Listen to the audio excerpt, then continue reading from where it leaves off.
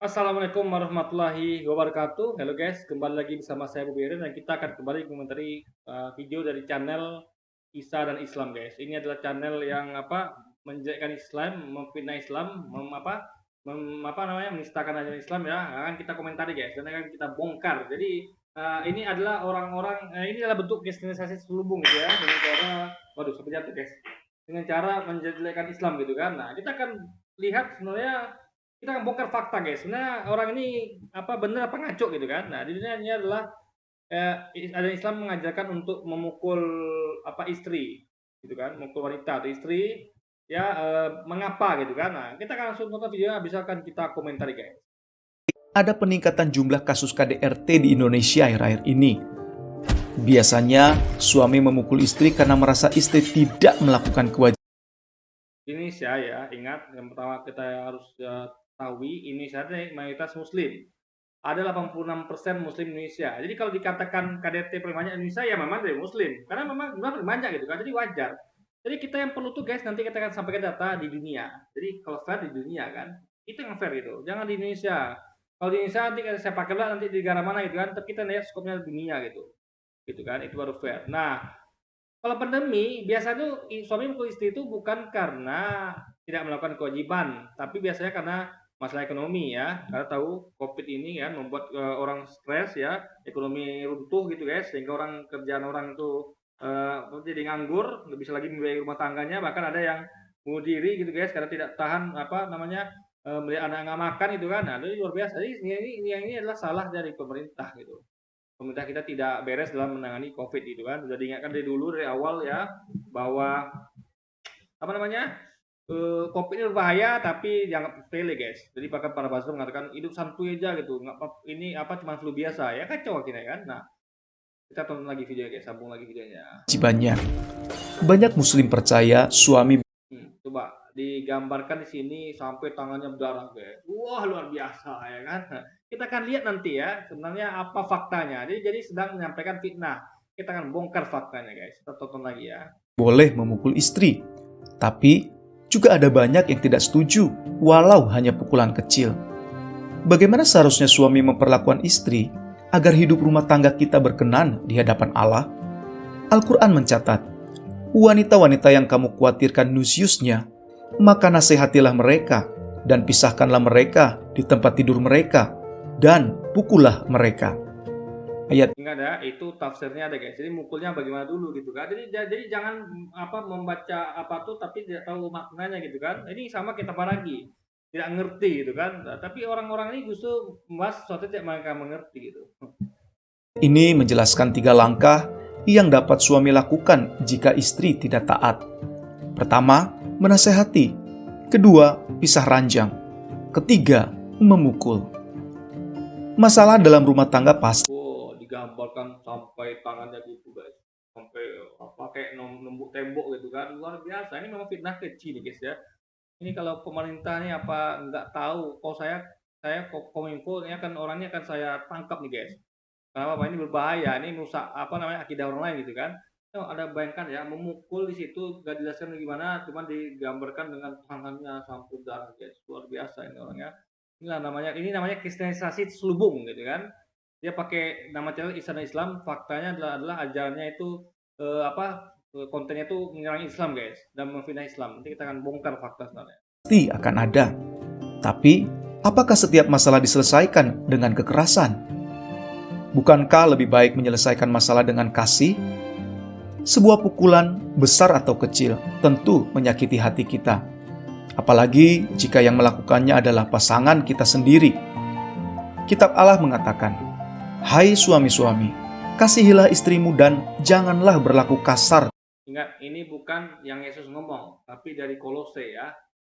Anda tahu apa yang Yesus sampaikan ya, masalah rumah tangga. Yesus bilang gini guys ya, eh, hukum Taurat berkata ya, bahwa jika kamu menceraikan istrimu, maka berilah Yesus cerai. Itu kata Yesus mengenai hukum Taurat. Yesus katakan, tetapi aku berkata padamu, alias dia menambahkan guys, karena dia datang untuk mengenapi hukum Taurat yang kita bernabi. Dia alias menambah sehingga lengkap. Ditambahkan Yesus sebenarnya dengan menjadi kurang lebih gini guys ya, kamu tidak boleh menceraikan istrimu kecuali kalau dia berzina ya.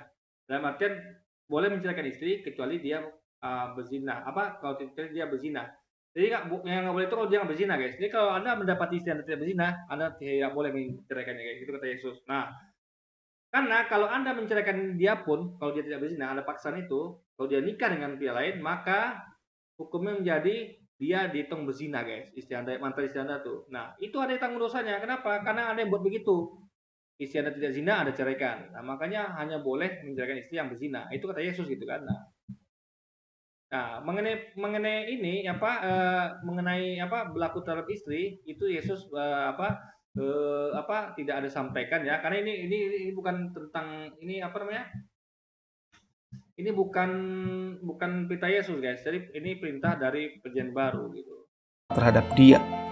Dan istri harus mengasihi suami dan anak-anaknya, hidup bijaksana dan suci, rajin mengatur rumah tangganya. Nah, pertanyaannya adalah, ini kan kalau nih ya, ini kan kalau, ingat ya, ini cuma bicarakan BB aja, guys ya, tidak bicara mengenai apa jadi kalau sebaliknya gitu. Nah, ingat ya, nih, kita bacakan ya. Dan istri Mengasihi harus suami dan anak-anaknya, hidup bijaksana dan suci, Nah, rajin mengatur rumah tangganya, nah, baik hati dan taat kepada suaminya. nah, kalau nggak terjadi gitu gimana? Jadi Islam itu memberi solusi kalau semuanya ini nggak terjadi. Ingat, bukan ketika semuanya terjadi. Oh, isinya kayak gini ya, kayak dikatakan di sini ya, mana ya? Kalau misalnya istrinya begini, guys ya. Suami dan anak-anaknya, Nah, kalau istrinya mengasihi suami dan anak-anaknya, hidup bijaksana dan suci, lalu hidup apa lagi? bijaksana dan suci, rajin mengatur Rajin ngatur rumah tangga. Ngatur rumah tangga sebenarnya suami loh, guys, bukan istri. Istri itu hanya istri itu hanya mengelola keuangan rumah tangga gitu supaya cukup gitu. Tapi tetap yang ngatur rumah tangga suami, bukan istri. Ini terbalik nih, guys ya. Karena kalau istri jadinya nanti suami-suami takut istri gitu kan. Tetap suami ngatur rumah tangga. Istri itu hanya hanya hanya mengelola rumahnya aja gitu. Dalam artian semua keputusan tetap di tangan suami. Lalu taat kepada suami, lalu apa lagi ya? rumah tangganya. Makanya dikatakan taat kepada suami kan, karena suami ngatur rumah tangga, guys. Jadi ini jelas ngaco. Bisa dikatakan taat kepada suami, tapi yang ngatur rumah tangga istri. Kebalik ya. Soalnya yang taat kepada suami, karena ngatur rumah tangga adalah suami. Istri bukan ngatur rumah tangga, istri itu mengikuti suami yang udah ngatur rumah tangga itu, guys. Jadi manajer rumah itu adalah rumah tangga adalah suami. Istri hanya menjalankan perintah titah manajer, guys. Itu program manajer gitu kan. Baik hati dan taat kepada suaminya. Nah, kalau misal begitu gimana? Nah, saya kasih contoh kasus ya. Banyak istri yang kurang ajar sama suami, guys. Contoh, tidak menghargai suami, tidak menghormati suami, misalnya sama suami dia berkata kasar gitu kan.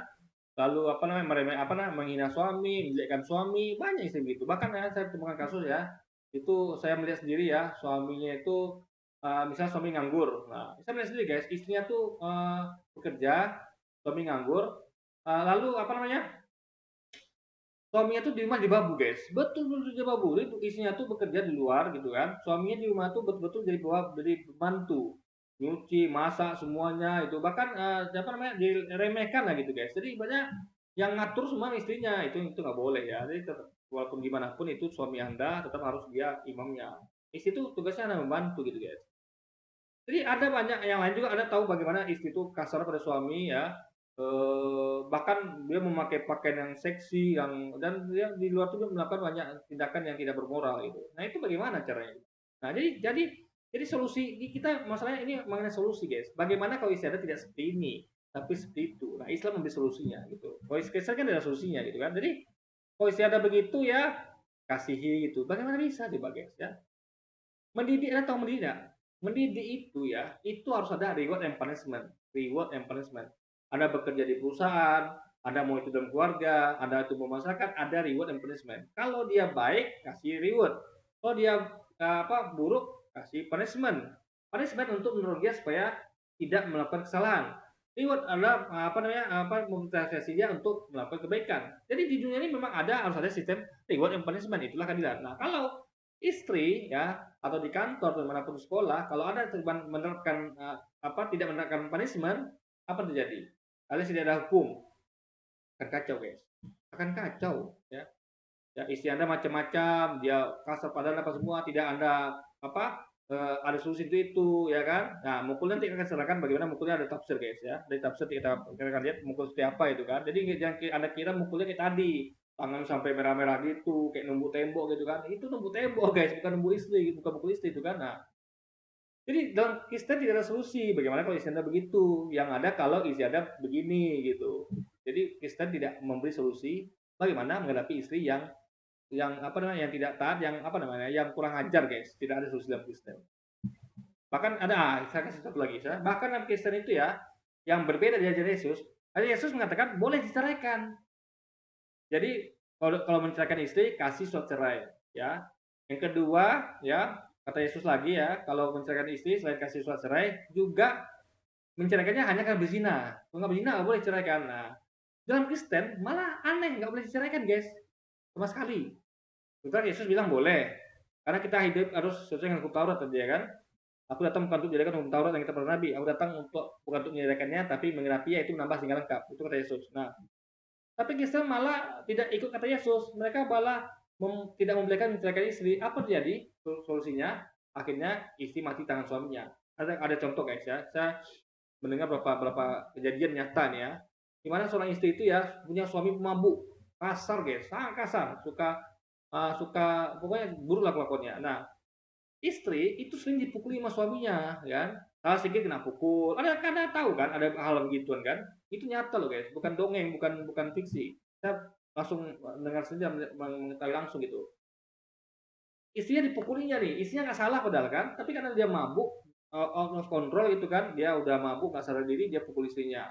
Pukul karena dia bisa keras, pukulnya kasar kali guys. Nah, itu terjadi di agama Kristen ya, fakta. Saya mendengar beberapa kisahnya. Nah, dan itu bukan di berita, tapi langsung tetangga saya guys.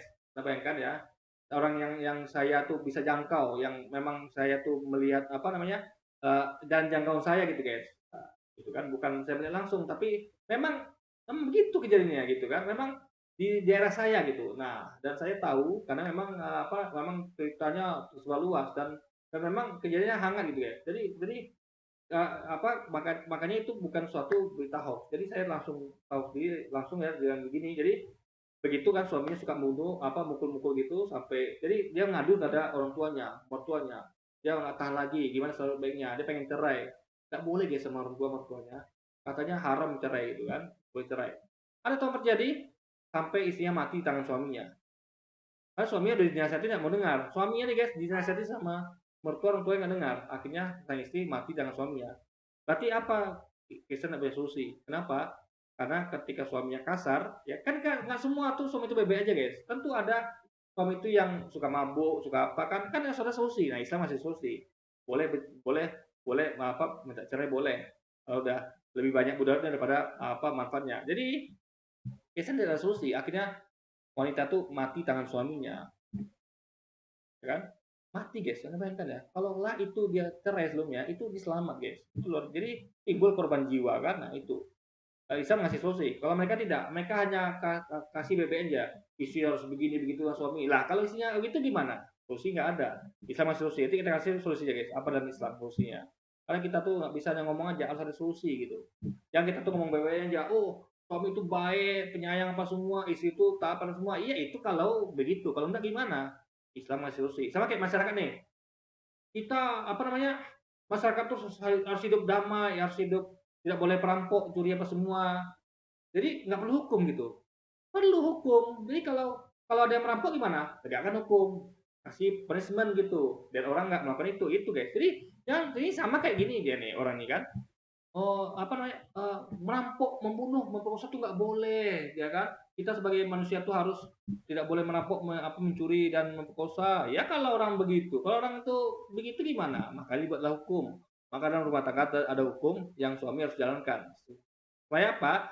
Supaya isinya tuh tetap taat guys dan tidak keluar dari koridor. Sama kayak dalam negara dibuat hukum supaya rakyat tetap taat dan tidak keluar koridor. Tidak ada yang membunuh, mencuri. Karena apa? Ada hukumnya yang tegas ditegakkan kalau biar mereka takut guys, berupa ancaman. Tapi hukum kan dilaksanakan kalau melakukan.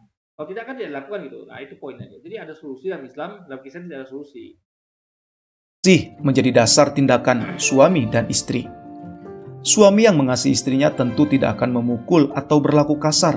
Ya, tapi bagaimana dengan suami yang tidak mengasihi istrinya? Dan itu ada loh guys ya, suami yang suka selingkuh, suami yang suka mabuk gitu. Jadi cuma ngomong bebeknya aja, suami harus begini, istri harus begini. Lah kalau kalau nggak begitu gimana? Apa solusinya? Islam ngasih solusi, ya belum ada solusi ya. Dia tadi yang ada solusi ya. Dia hanya ini bukan solusi ya. Selagi yang sampai dia bukan solusi, tapi suatu khayalan. Apa namanya? Harusnya begini-begini. Ya manusia tuh nggak semuanya malaikat, guys. Ya kalau malaikat ya kayak gini, pasti begini. Manusia tuh bukan malaikat. Manusia tuh banyak yang makan yang brengsek yang memang karena memang hawa nafsu guys mau bilang apa lagi gitu kan makanya harus ada solusi kalau begini gimana kalau kalau begini gimana gitu loh. Istri yang mengasihi suaminya akan menaati suami. Itu kalau semuanya dalam impian Anda, tapi dunia nggak seperti kata dan apa Anda ini seperti kata dan burung. Dunia nggak seperti itu Pak, ya kan? Makanya Anda harus tengok berita nih ya, Anda tengok berita ya. Anda kira dunia ini seperti kayak di surga atau kayak di negeri dongeng, tidak Pak ya. Dunia ini keras gitu.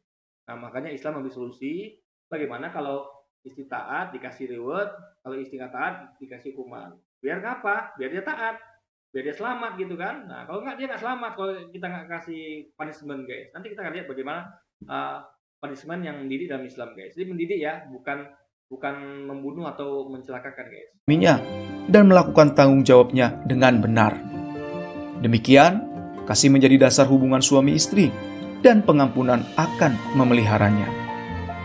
Ya itu kalau dia baik. Kalau dia nggak baik gimana? Masa dia apa? Misalnya dia apa nih jahat atau apa ya selingkuh segala macam. Lalu kita ampuni, ya kan? Enak dong. Nanti dia akan buat lagi guys. Yakin lah. Orang-orang gitu guys. Coba anda bayangkan ya. Saya mencuri nih, ya kan? Atau saya menggampar suami saya. Ada kan? Istri suka pukul suami ada kan? Ada guys. Istri kasar kan? Atau yang ngomong kan? Dia ngomong kasar sama suaminya. Lalu suami bilang kan, udah apa? Udah aku maafkan kamu. Isi besok kan, suamiku ini enak loh ya kan. Dihina dia diam aja, diampuni lagi. Besok dibuat lagi guys. Coba kalau dididik dengan baik, dengan punishment. Kalau dia apa, dia akan tahu. Oh kalau gini suamiku marah nih, yang aku buat lagi gitu. Tapi kalau dengan suaminya nggak ada efek, nggak ngaruh ya biasanya dia buat lagi gitu guys. Oh ternyata suamiku bisa dididikan gitu ya kan. Nah ingat kejahatan tidak ada kalau tidak ada kesempatan. Itu kata Bang Lapi ya. Saya sampaikan kata Bang Lapi ya. Kejahatan timbul karena ada kesempatan. Nah, ketika suami Anda tidak menghukum istri Anda dalam arti diam saja, itu berarti istri Anda melihat ada kesempatan. Ingat, kejahatan timbul karena ada kesempatan. Makanya suami itu ketika buruk pada suami ada konsekuensinya. Suami istri juga begitu. Nah, itulah hukum tuh, guys. Jadi nggak mengampuni gitu aja gitu kan. Nah, kalau gitu besok dia akan buat lagi. Tapi, bagaimana kita dapat mengampuni orang lain, apalagi pasangan kita, jika mereka bersalah dan menyakiti kita? Kitab Allah tidak hanya mencatat tentang perintah mengasihi dan mengampuni, tetapi juga menunjukkan tindakan kasih dan pengampunan terbaik yang sudah dilakukan oleh Isa Al-Masih. Kita adalah manusia berdosa yang selayaknya menerima hukuman. Namun, Allah mengampuni kita. Tidak. Allah tidak perlu mengampuni kita oleh kematian Isa. Allah itu Maha Kuasa, guys. Dia tinggal berkata, "Saya ampuni kamu," selesai. Ya, Allah itu bukan apa ya? Bukan orang nggak Maha Kuasa, harus harus mengalami seperti ini dulu gitu. Enggak. Dia Maha Kuasa, guys. Saya Maha Kuasa misalnya. Raja Maha Kuasa. Perlu nggak dia mengampuni semua orang berontak kepadanya dengan dia mengorbankan anaknya mati? Itu nggak masuk akal, guys. Apa kata sang raja? Dia akan perintahkan kepada tentaranya, ya, atau hakimnya, itu orang saya ampuni, lepaskan dia. Kelar sudah. Tinggal pakai lisan, guys. Jadi kalau Allah itu Maha Kuasa, dia hanya gunakan lisannya untuk memberi perintah pada semua ininya gitu. Jadi bukan dengan mengorbankan Nabi Isa gitu kan, ini salah besar. Jadi ini selagi ini nggak logis guys ya. Ya, dan ingat Yesus juga pernah mengatakan ya, kemarilah anak-anak itu ya, karena mereka sebetulnya adalah yang punya kerajaan surga. Yesus berkata anak-anak itu punya kerajaan surga. Kenapa? Karena mereka suci, tanpa dosa guys. Nah, Yesus juga katakan ya, orang yang berbuat kebaikan akan menerima kebaikannya dan orang yang berbuat kejahatan akan tertimpa atasnya kejahatan itu. Jadi sekali lagi Yesus tidak ada ngomong tentang penebus dosa. Yesus katakan ya, justru malah orang itu akan menanggung akibatnya masing-masing, guys. Nah, cuman saya nggak sampai kayak di sini ya, karena lama nanti ke videonya guys. Yang penting ajaran Yesus seperti itu gitu. Dia tidak pernah mengajarkan mengenai dia mati tebus-tebus dosa manusia guys. Tapi dia mengajarkan hukum Taurat gitu kan. Dan menggenapinya dengan tambahan yang menambah bukan menghilangkan gitu. Melalui kematian Isa, Isa telah mengorbankan dirinya untuk kita. Ia mengasihi kita bagaimanapun kondisi hidup kita dan mengampuni kita atas dosa-dosa kita. Allah mau Mengampuni gimana? Dia mati. Kali-kali kalau nggak mati dia ngampuni gitu. Itu bukan Tuhan guys. Tuhan itu mengampuni tanpa dia perlu mengorbankan apapun. Ingat, Tuhan itu Maha Kuasa, dia nggak perlu mengorbankan apapun. Kalau Raja Maha Kuasa, dia tidak perlu mengorbankan apapun. Apa dia mengorbankan anaknya? Mengorbankan katanya? Tidak. Raja Maha Kuasa, dia tinggal perintah aja guys. Begini, begitu, jadilah gitu. Makanya di kitab ya, Anda baca Kejadian, jadilah bumi, jadilah terang. Tidak perlu Allah korbankan apa-apa. Dia tinggal berkata, jadilah terang, jadilah bumi, jadilah tumbuh-tumbuhan. Selesai. Itulah Allah Maha Kuasa. Jadi ini makanya ini berbeda dengan Allah yang harusnya guys. Jadi ini bukan Allah yang begitu. Ini adalah Allah yang tidak Maha Kuasa. Sementara Allah itu adalah Maha Kuasa. supaya kita dan pasangan kita hidup mengikuti teladan. Yesus aja ya itu tidak berumah tangga. Dalam kisah memang tidak berumah tangga kan. Nah, bagaimana bisa rumah tangga mengikuti teladan dia? Nggak bisa guys. Yang kita ikuti adalah teladan orang-orang yang rumah tangga. Ngerti nggak? Kayak Nabi Muhammad, kayak Ibrahim. Itu yang bisa diikuti. Isa tidak rumah tangga, gimana kita ngikuti orang nggak rumah tangga guys? Ngerti nggak?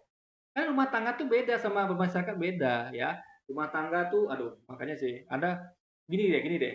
Ada seorang jomblo ya, sudah tua jomblo. Lalu ada orang yang rumah tangga. Lucu nggak? Rumah tangga minta pendapat. Pak, rumah tangga saya lagi masalah Pak, gimana Pak? Lo dia aja nggak rumah tangga gitu kan? Gimana dia ngasih solusi coba? Yesus nggak rumah tangga, gimana bisa kita dan pasangan kita tuh hidup mengikuti teladan Isa? Ini di sini jelas ngawurnya guys. Orang rumah tangga mengikuti teladan orang rumah tangga yang sudah sukses. Bukan orang rumah tangga mengikuti teladan orang jomblo guys. Ini logikanya udah ngawur guys ya. Kacau nih, beneran kacau. Dan Isa, hai suami, kasihilah istrimu sebagaimana Kristus, Isa Almasih. Ya, ini kalau istri kita bebek saja. Kalau dia bandel gimana? Kalau dia jahat gimana? Kalau dia kurang ajar gimana? Ya kan? Nah, dan ini surat Efesus guys. Jadi ini bukan kata-kata Yesus ya. Lihat ya. Hai suami, kasihilah istrimu sebagaimana Kristus. Ini bukan kata-kata Yesus. Ini adalah surat Efesus guys. Anda mainkan surat Efesus ya. Surat yang ditulis untuk jemaat Efesus guys. Luar biasa. Ya, Yesus mengatakan ya, apabila seorang nabi yang dengan benar mengatakan apa yang tidak pernah aku katakan atau dengan benar mengajarkan apa yang tidak pernah aku perintahkan untuk ajarkan kepadanya, nabi terus mati. Nah, makanya orang-orang yang kayak gini nih guys, ada yang matinya disalib terbalik, dipancung kan, disalib kuda. Kenapa? Mereka berani mengatakan apa yang tidak pernah Yesus katakan. Yesus tidak pernah mengatakan ini guys, gitu loh. Paham ya? Sekali lagi, Yesus tidak pernah mengatakan ini. Nah, mereka berani mengatakan ini ya. Ada cek di Alkitab tidak ada Yesus mengatakan seperti ini. Nah, mereka harus mati, dan lihat bagaimana mati mereka guys. Telah mengasihi jemaat umat dan telah menyerahkan dirinya baginya. Ya, itu bukan kata Yesus, tapi kata surat pada jemaat Efesus ya, sekali lagi, dan itu tidak pernah Yesus katakan. Makanya mereka mati sesuai dengan ajaran Yesus itu guys. Ikutilah teladan Isa dalam mengasihi pasangan kita. Teladan Isa, teladan itu bukan hanya ucapan, tapi perbuatan. Dan ingat yang pertama, poinnya bukan Nabi Isa yang mengucapkan.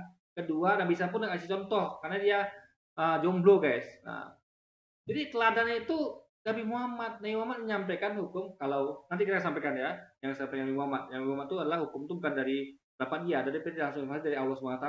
Kita temukan bagaimana cara didik istri ya, sedikit saja, tapi fokusnya pada pemukulnya itu. Karena itu topik bahasan kita kan. Kita nggak bahas seluruhnya guys. Rindukah Anda mempelajari tentang kasih dan pengampunan Isa agar dapat memiliki pengampunan Isa, bayangkan ya. Katanya pengampunan Isa. Dia aja tidak memberi ampun pada dirinya. Sampai dia katanya dibunuh kan. Jadi bagaimana bisa orang mengampuni kita, diri aja dia diampuni dia guys. Ngerti nggak? Orang yang mengampuni, dia punya kuasa untuk mengampuni tanpa perlu mengorbankan dirinya. Kalau orang yang mengorbankan dirinya, itu artinya dia tidak mampu ya, bahkan untuk mengampuni dirinya. mengampuni anaknya sehingga anaknya harus dikorbankan yang salib. Itu berarti adalah orang yang nggak mampu, guys. Bagaimana bisa orang nggak mampu itu mengampuni kita? Itu logikanya nggak masuk, guys. Hubungan yang berkenan di hati Allah? Klik di sini untuk Oke, sekarang kita lihat ya, dia tadi bawa Indonesia, katanya KDRT Indonesia makin banyak gitu, ya wajar. Indonesia adalah negara mayoritas Muslim, 86% Muslim, ya. Tapi itu bukan cara itu metodenya, guys, ya. Jadi memang triknya itu melihat Islam kan. Nah, kita lihat global ya. Saya sudah sampaikan, saya sudah punya datanya ya. Kita lihat global, guys, data global. Nih, saya bacakan ya. Pembunuhan akibat KDRT ya. Nih, ini berita, guys. Jadi Anda sering baca berita nih.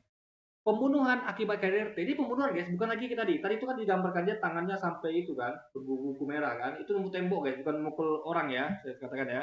Nah, pembunuhan ini lebih sadis, guys. Pembunuhan coba. Pembunuhan akibat KDRT Afrika dan Amerika tertinggi. Nah, sekarang kita sebelum baca beritanya cek dulu. Amerika agamanya apa mayoritas ya? Nih, Anda bisa tengok nih agamanya. Nah, ya. Nah, menurut sebuah survei pada 2007, sekitar 78,4% orang Amerika dewasa di Amerika mengaku sebagai penganut Kristen. Ingat, 78,4%, guys. Bahkan di tahun 90 tuh sampai 86,4%, guys. Luar biasa. Nah, Protestan adalah denominasi yang paling banyak di AS, yaitu 51,3%. Katolik Roma nomor 2 yaitu 3,9. Coba. Dan agama non Kristen ya itu cuma 4,7, itu campur, guys, 4,7%. Islam, Hindu, Buddha gitu, dan yang lainnya Konghucu mungkin juga kan. Nih, yaitu agama yang di antara 4,7% itu ya. Yahudi 1,7%. Tengok Islam ya. Islam cuma 0,6%, guys, di Amerika. Coba. Nah, cuma 0,6% dibanding dengan Kristen yang 78,4%. Coba. Ini negara yang paling banyak pembunuhan akibat KDRT di Amerika. Negaranya yang bikin video tadi gitu loh.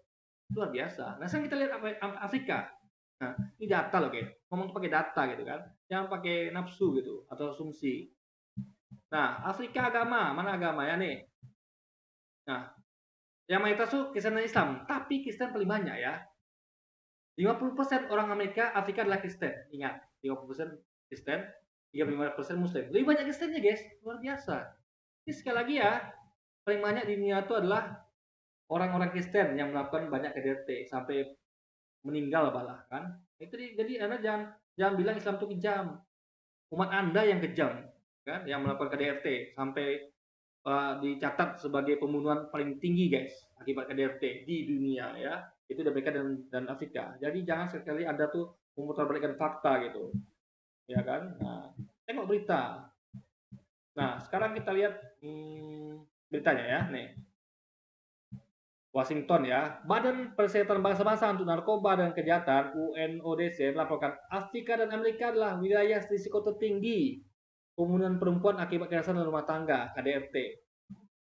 Dalam penelitian yang dilakukan oleh UNODC ditemukan bahwa tingkat global korban pembunuhan perempuan yang dilakukan oleh orang-orang terdekat, baik oleh pasangan, pacar atau pasangan intim dan keluarga, mencapai 1,3 korban per 100.000 penduduk perempuan. Wow, biasa nih, guys.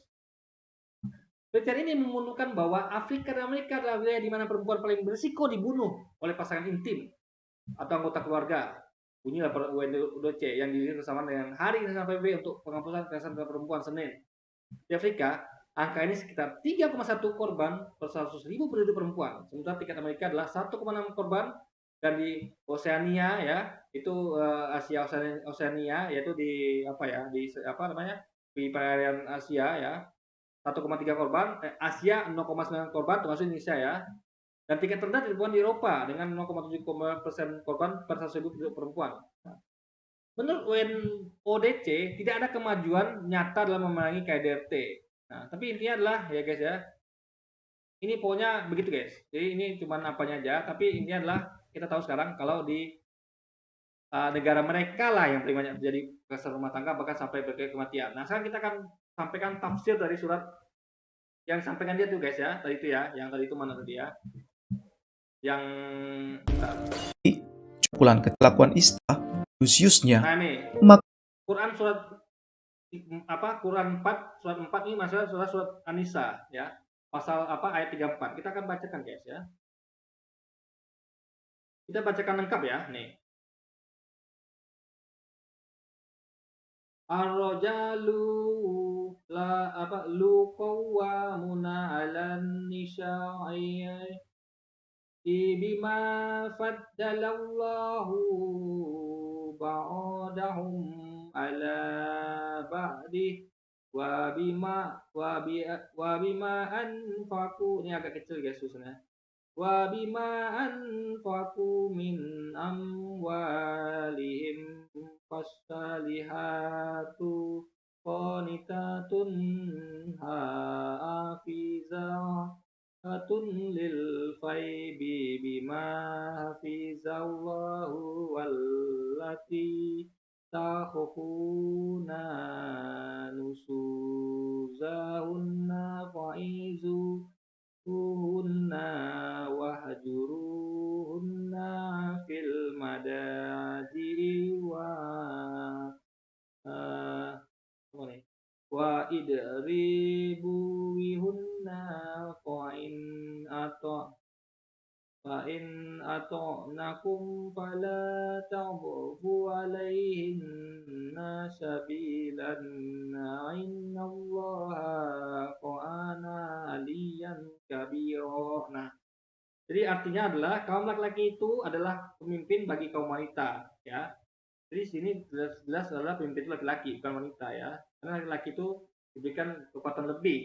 Pemimpin adalah lebih kuat ya daripada yang lebih lemah. Karena pemimpin itu melindungi yang lemah kan, bukan yang lemah melindungi yang kuat.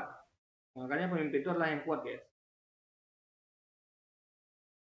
Oleh karena Allah telah melebihkan sebagian mereka laki-laki atas sebagian lain wanita, yaitu kekuatan dia lebih kuat, dia lebih lebih tangguh di luar. Karena bukan apa-apa ya laki-laki ini guys ya, dia bisa tidur di mana aja, nggak perlu khawatir diperkosa. Beda dengan wanita. Wanita itu ya walaupun dia agak aja kuat bisa berdiri, tapi dia rentan untuk dilecehkan guys, karena dia wanita gitu. Laki-laki itu akan lebih rentan untuk menerima kekerasan di luar sana gitu kan, daripada laki-laki. Juga wanita tuh ada head ya kan, mereka juga ada, kalau head tuh mereka sensitif gitu kan, lalu mereka juga ada hamil, mengandung. Laki-laki tidak ada hal itu guys. Makanya kalau dalam bekerja aja ya, wanita tuh lebih banyak cutinya daripada laki-laki. Ada cuti cuti hamil, cuti melahirkan kan. Nah, jadi kalau dalam segi bekerja, kalau di kantoran ya bisa laki-laki yang lebih banyak bekerja dari perempuan, kecuali pemalas ya, beda lagi. Nah, dan karena mereka laki-laki telah menafkahkan sebagian harta mereka. Jadi laki-laki itu ya wajib menafkahkan sebagian harta laki-laki. Itu kalau ada penghasilan guys ya, hartanya gitu kan. Wanita kan tidak ada kewajiban itu, makanya laki-laki itu pemimpin karena ada kewajiban itu. Ya melindungi, lalu apalagi juga menafkahkan hartanya. Nah, sebab itu maka wanita yang soleh ialah yang taat kepada Allah, lagi memelihara diri di balik pembangkangan suaminya, oleh karena Allah telah memelihara mereka. Nah, ini Islam juga mengajarkan wanita harus taat gitu, tapi Islam juga ngasih solusi. Ya, jadi nggak selamanya seperti dongeng ya, wanita taat pada suami nggak selamanya begitu.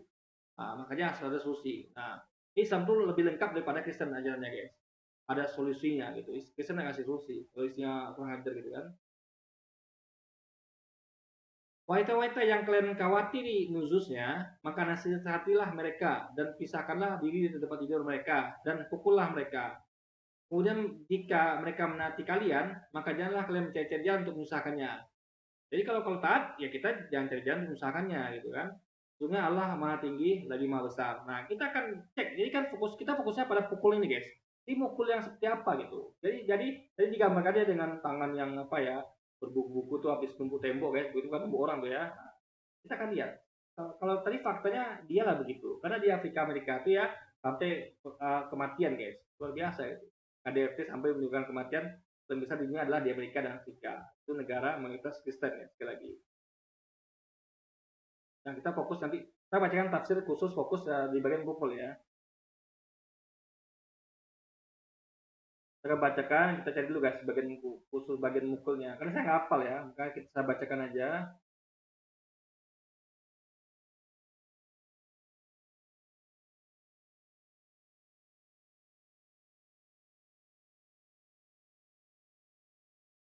Nah, ini ada hadis ya, tapi sini belum belum detail guys, belum detail ya. Tapi kita bacakan dulu ya. Paham guys. Al Hasan Al Basri meriwayatkan bahwa ada seorang istri datang kepada Nabi Shallallahu Alaihi Wasallam mengadukan, alhamdulillah itu lagi lampu guys, mengadukan perihal suaminya yang telah menamparnya. Nah, jadi ingat ya, Al Hasan Al Basri meriwayatkan bahwa ada seorang istri datang kepada Nabi Shallallahu Alaihi Wasallam mengadukan perihal suaminya yang telah menamparnya. Maka Rasulullah Shallallahu Alaihi Wasallam bersabda, balaslah, ya. Nah, maksudnya istri suruh balas pada suami. Nah, maka Allah SWT menurunkan firman-Nya, kaum laki-laki adalah pemimpin bagi kaum wanita. Nah, akhirnya istri kembali kepada suaminya tanpa ada kisos pembalasan. Berarti Rasul nyuruh balas, tapi turun firman untuk ingatkan Rasul. Kalau nggak gitu yang benar Rasul gitu kan. Nah, itu buktinya kalau Rasul itu bukan ngomong dengan nafsunya sendiri, guys. Jadi dia maunya balas gitu kan, tapi Allah perintahkan jangan gitu, jangan balas gitu kan. Nah, jadi istri kembali kepada suaminya tanpa ada kisos pembalasan gitu. Nah, itu buktinya kalau Rasul itu tunduk pada Allah, walaupun dia punya keinginan untuk balaslah gitu kan kepada istri yang ditampar itu. Nah, tapi ini belum lengkap ya. Ada harus dengar videonya lengkap dan terpaham ukuran seperti apa yang dibolehkan oleh Islam gitu ya. Jadi bukan seperti tadi yang mukul sampai tangannya itu, bahkan sampai yang pembunuh sampai dibunuhnya kayak di Afrika Amerika itu guys, yang dilakukan oleh orang mereka gitu, bukan.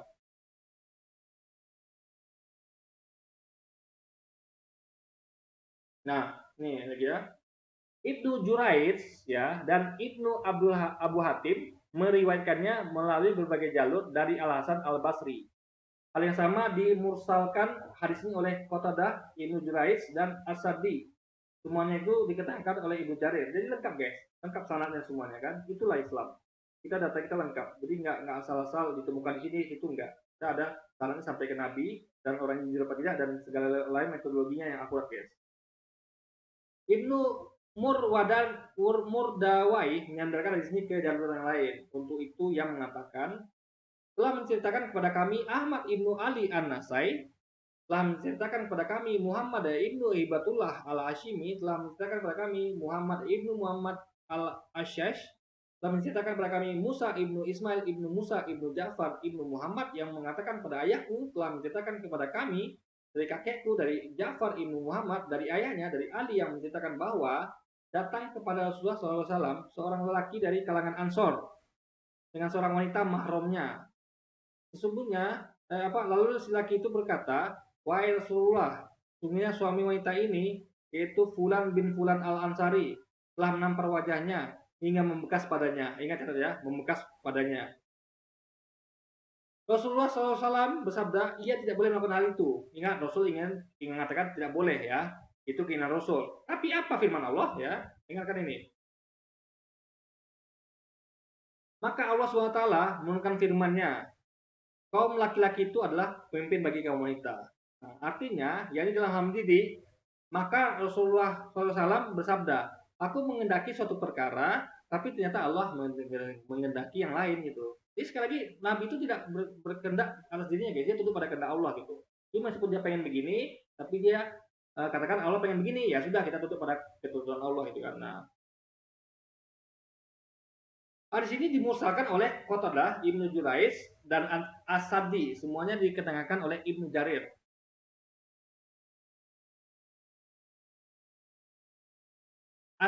As-Sa'bi mengatakan hubungan dengan ayat ini yaitu firman-Nya, kaum laki-laki adalah pemimpin bagi kaum wanita, oleh karena Allah telah melebihkan sebagian mereka laki-laki atas sebagian yang lain wanita, dan karena mereka laki-laki telah menafkahkan sebagian dari mereka, yaitu An-Nisa 34 tadi, yaitu mas kawin yang diberikan oleh laki-laki padanya. Jadi laki-laki itu memberikan mas kawin guys ya, mas nikah itu. Tidakkah Anda melihat si suami menuduh istrinya berzina, maka si suami melakukan mula'anah terhadapnya dan bebas dari hukuman had. Tapi jika si istri menuduh suaminya berbuat zina, si istri dikenai hukuman zina, dera. Jadi kalau suami menuduh istri berzina, suami itu tidak bebas, alias suami itu bebas dari hukuman. Tapi istri nggak boleh gitu. Dulu suaminya berzina, ya istri dikenai hukuman dera. Kenapa? Karena ini logika guys ya. Karena suami kan laki-laki, dia bebas kemana aja, dalam artian dia tuh lebih aman guys. Misalnya laki-laki mengadakan investigasi, ya, pindah pun sedikit. Misalnya dia curiga istrinya selingkuh, dia kan bisa kemana-mana itu. Dia bisa, misalnya istrinya selingkuh di pub di mana, suami kan bebas masuk pub semua tuh. Kenapa? Karena dia tidak akan dicap sebagai apa ya, laki-laki tidak baik atau apapun itu, dan lagi dia memang tuh aman situ. Dan dia tuh memang memang apa namanya, laki-laki ini adalah sifatnya memang di luar rumah gitu, mencari nafkah kan. Nah, kalau istri bahaya. Kalau istri nuduh suami selingkuh, kan berarti istri harus melakukan investigasi, ya kan? Nah, dia pergi kan itu rentan guys. Wanita itu kan rentan untuk dilecehkan. Makanya istri itu susah melakukan investigasi. Beda sama laki-laki gitu kan. Laki-laki punya akses yang luas itu kan. Dia bisa keluar malam dengan aman. Beda wanita ya, itu bahaya. Jadi makanya wanita tuh lebih punya kekurangan dalam melakukan investigasi. Sehingga wanita tuh akan susah mempindah laki-laki berzina gitu. Beda sama laki-laki. Karena laki-laki tentu lebih gampang melakukan investigasi. Nah itu poinnya guys. Nah makanya itu logis ya. Yang disampaikan ajaran Islam itu logis sekali. Firman Allah SWT yang mengatakan as-salihat, artinya wanita yang soleh.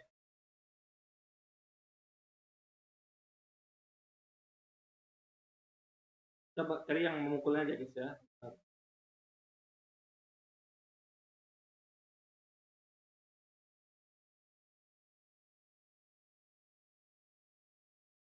Jadi semuanya ada hadiah-hadiah bagi istri yang taat. Ada masuk surga dari pintu yang mana yang dia sukai dan segala macamnya. Jadi kita fokus saja pada bahas pemukulannya guys. Jadi apa pukulan yang dibolehkan.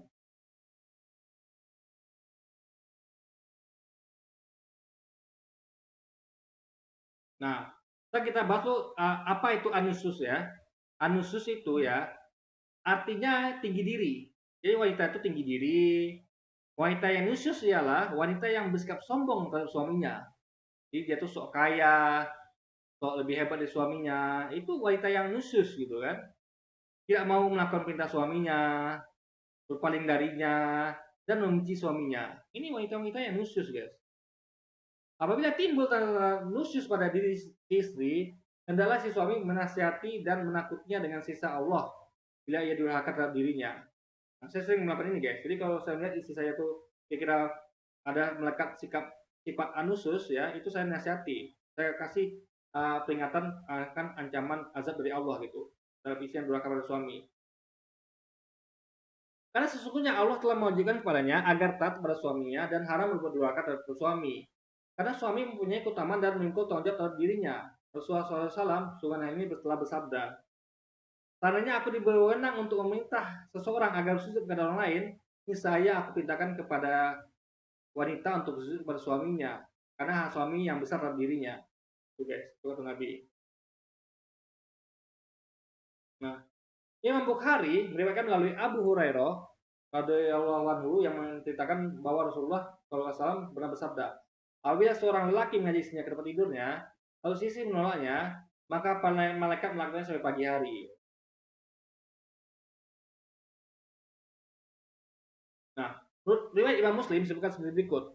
Apabila seorang istri tidur malam dalam keadaan memisahkan diri dari tempat tidur dengan suaminya, maka para malaikat melantikkannya sampai pagi hari. Maka karena itulah disebutkan dalam firman-Nya, wanita-wanita yang kalian khawatiri nususnya, maka nasihatilah mereka. Dan pisahkanlah diri mereka dari tempat tidur mereka. Nah, kita sekarang skip guys ya, khusus bagian mukul.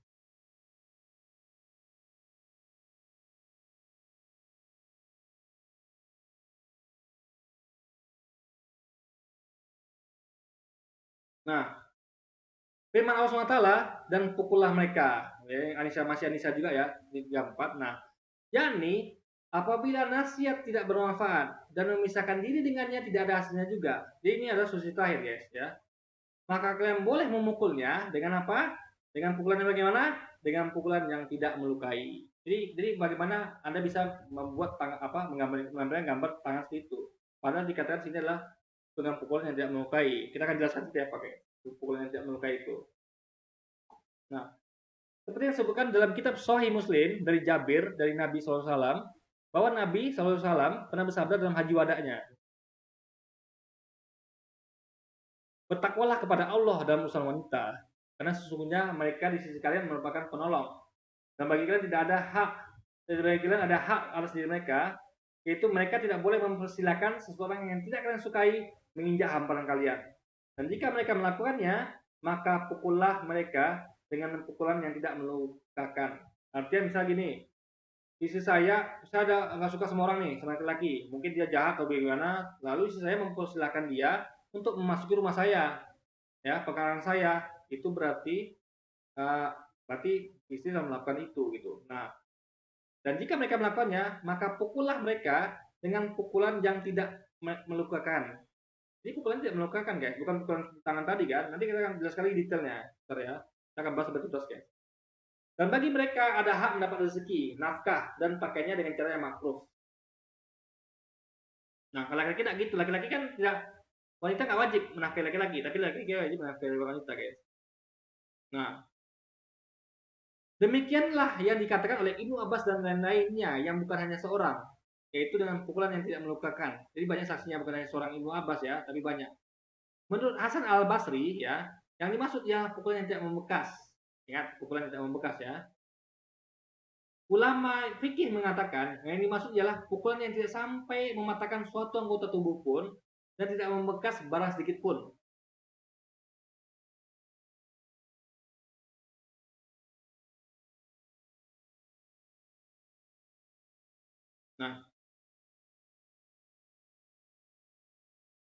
Nah, Sufyan ibnu Unayyah meriwayatkan dari Az-Zuhri, dari Abdullah ibnu Zuma, ibnu Umar, dari Ilyas ibnu Abdullah ibnu Abu Zyab yang menceritakan bahwa Nabi SAW pernah bersabda, janganlah kalian memukul hamba-hamba perempuan Allah. Ini Nabi melarang memukul, guys. Nah, kita sambung lagi. Maka datanglah Umar radhiyallahu anhu kepada Rasulullah SAW dan mengatakan, ya, jadi Umar ngadu, guys, ya, pada Rasul, mengatakan banyak istri yang membangkang terhadap suaminya. Jadi ini adalah bagaimana kalau istri itu banyak membangkang dengan suaminya, guys, gitu loh. Kadang nggak semua istri baik-baik aja gitu kan. Ada istri yang kurang ajar juga, guys, ya. Nah, lalu Rasulullah SAW membolehkan memukul mereka sebagai pelajaran. Akhirnya banyak istri datang kepada keluarga Rasulullah SAW mengadukan perihal suami mereka. Lalu Rasulullah SAW bersabda, sesungguhnya banyak istri yang berkerumun di rumah keluarga Muhammad mengadukan perihal suami mereka. Mereka yang berbuat demikian terhadap istrinya bukanlah orang baik dari kalian. Berarti mereka ini kelewatan. Jadi kalau ada seorang istri yang dipukul, lalu istrinya mengadu kepada orang lain, ya, itu berarti pukulannya sudah menyakitkan, guys. Ingat, kalau kita mukul istri, ya, kalau dia tidak sakit, dia tidak akan mengadu, ya kan? Contoh, pukulan sakit, misalnya gini nih, misalnya Arab istri saya, sepuluh gini, sakit nggak? Nggak membekas, guys. Boleh pukul seperti itu.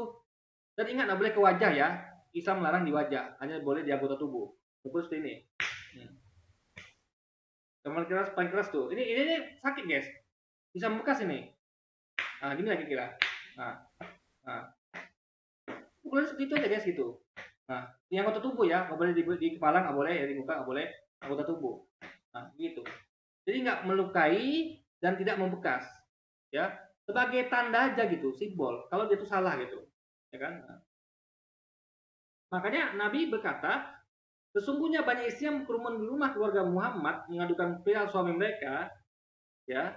Mereka yang berbuat demikian terhadap istrinya bukanlah orang-orang yang baik dari kalian. Kenapa? Karena berlebihan. Mukul kok ya sampai istrinya ngadu ke Nabi dan keluarganya. Itu berarti pukulannya itu kalau tidak membekas, berarti itu melukai, guys. Nah, makanya Nabi ngajarkan pukul tapi yang tidak membekas dan tidak melukai. Sehingga kalau istrimu dipukul, dia tidak akan ngadu pada siapapun, guys.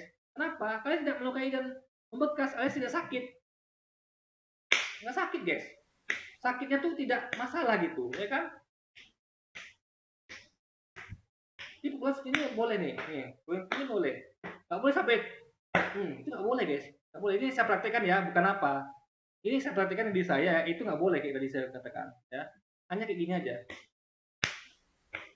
Sekedarnya, guys.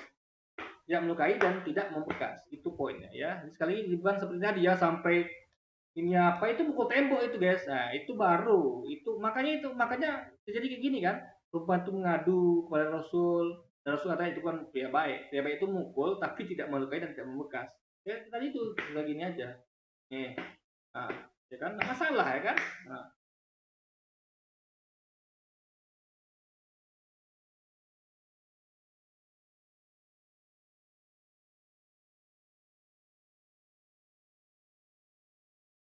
Hadis riwayat Imam Abu Daud, Imam Nasai dan Imam Ibnu Majah. Imam Ahmad mengatakan telah menceritakan kepada kami Sulaiman ibnu Daud, yakni Abu Daud At-Tailisi, telah menceritakan kepada kami Abu Uwanah dari Daud Al-Audi, dari Abdurrahman As-Sulaimi, dari Al-Ashas Ibnu Qais yang menceritakan, aku pernah bertamu di rumah Umar radhiyallahu anhu, lalu Umar memegang istrinya dan menampaknya. Ini muka guys ya, ini nggak boleh. Setelah itu ia berkata, hai Aisyah, hafalkanlah diriku 3 perkara berikut yang aku hafalkan dari Rasulullah SAW. Itu, janganlah kamu menanyai seorang suami karena telah mukul istrinya, dan janganlah kamu tidur melainkan setelah mengerjakan witir. Al-Asyas lupa perkara ketiganya. Bayangkan.